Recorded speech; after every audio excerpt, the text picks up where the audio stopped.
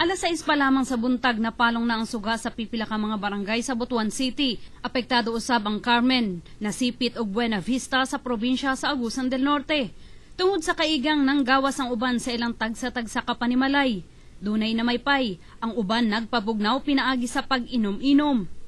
Sinong Ferdinand na balaka nga basin daw magpadayon ang brownout dili na hinuon makita ang away ni Pacquiao. Kasol gid kayo. Okay lang unta na bahalag mag-brown out karon basta ugma. Siga gyud kay ang Pacquiao ba nga kuan sa liga. Gipasabot usab sa aneko nga Abril 29 pa dihang nakadawat sila og abiso sa NGCP kon National Grid Corporation of the Philippines nga ayuhon nila ang 15 ka mga critical structures sa Butuan Nasipit 69 kV transmission line. Schedule nila nga replacement sa mga rotten poles, 15 ka buo. 15 ka mga rotten poles sa Butuan Nasipit line, 69 kV line. Ang nasinating brownout kutob lamang alas 5 sa hapon busa padayon ng andam ang pipila ka mga establishmento alang sa pay-per-view sa laban ni Pacquiao. Medias Patrol sa Caraga.